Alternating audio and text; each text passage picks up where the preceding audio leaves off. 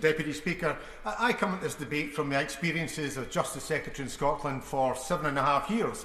It would also be fair to say that I think I reflect the views privately of many senior individuals, both in law enforcement and in the judiciary. Mike Barton was mentioned. Only a few have had the courage to speak out, but privately many will tell you, as I have come to see, this cannot be solved by justice. It has to be treated as a health problem. I always recall that when I started as Justice Secretary, a drug debt was seen as being recovered or paid off by a stab in the buttocks. By the time I was demitting office, it was the production of a firearm. Now in Scotland, it's almost invariably the use of that firearm.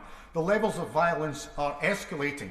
What was seen in the streets of London is now seen in the streets of Glasgow. What was viewed as the norm in Glasgow is now prevalent in Edinburgh.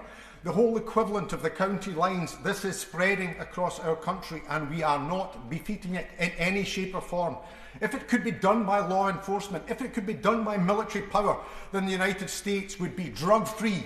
As it is, it isn't, and it's a total failure despite all their weaponry and all the assets that they have at their disposal. That's why there has to be a change. Because not only is it affecting our safety in terms of the escalation of crime, the level of the corruption of our economy. There are whole areas of our economy that are literally being taken over by the drug trade and laundered money. There are aspects, and I recall asking senior police officers in Scotland whether a particular trade in Glasgow that would be viewed as clean, in terms of, I won't name that trade for those who are the clean ones in that particular aspect, and asking if there was a clean one, and the answer was there probably was, but not that they knew of them. So that won't just be in particular cities in Scotland, it's across the United Kingdom, the so-called colourful businessmen. We know who they are, we know where they get their money, and actually the Misuse of Drugs Act fuels that and provides for it. That's why we have to change. Of course, it would take the wisdom of Solomon to provide a solution, because at the heart of the drug addiction problem, it's deep-rooted, it's poverty, it's health, it's inequality, it's hopelessness. Of course, there's some elements of hedonism, but in the main, those who suffer are people who are tragic, who are individuals who are captured and are caught, and we require to help them, to treat them, not to punish them and to worsen their situations. As other people have mentioned, other countries have shown that a different path can be taken. I do believe that the Portuguese method is the way that should be chosen. I do believe that the power should be devolved to Scotland so that we can go on a different path. If we get it wrong, then it won't impact upon the rest of the UK. If we get it right, then we will be a method that you'll be able to see what has happened. After all, there has been no calamity in the Iberian Peninsula, no effect upon Spain. All the suggestions that every drug addict in Spain was going to depart to Faro of the Algarve has shown to be false. Portugal has managed to improve the situation. It is no Valhalla, but it's better.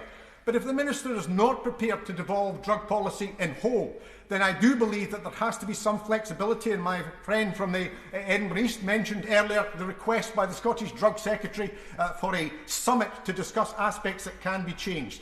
Because the Scottish Parliament has control over justice and health. We have control over abortion and end of life. And yet, because of the restrictions of the drug policy, we are not able to deal with whether you call them drug consumption rooms or overdose prevention rooms. We're not able to test street tablets. And if people are going to take drugs, it's surely better that we should know that what they're actually buying is something that can be consumed safely and won't be the equivalent of getting the proverbial black spot in your hand that will result in death or a living hell thereafter. All of that can be dealt with by simply allowing some latitude and some powers. There will be no danger or difficulty for the rest of the United Kingdom. It can be used as a testing ground because there is an issue in Scotland. People are dying. It's entirely inadequate to say that it can all be solved simply within the current powers of the Scottish Parliament, because it can't. I'll be the first to accept that there's more that has to be done, that more should have been done, and that blame has to be accepted by the Scottish Government, especially providing treatment orders and the availability for people to get support. Equally, that on its own will not address the fundamental problem. There has to be a radical change, which I believe should come pan-UK. But if the Minister is not prepared to accept that, if the Minister, as I think he does, accept that there is a particular problem that is worth in Scotland, then we have to be able to address that. And that means we have to have, if not the powers in whole, we have to have the powers in part. We have to be able to provide the drug consumption rooms to ensure that addicts can take safely. We have to be able to ensure that what is being bought and traded is in fact capable of being consumed, even if we don't want it consumed.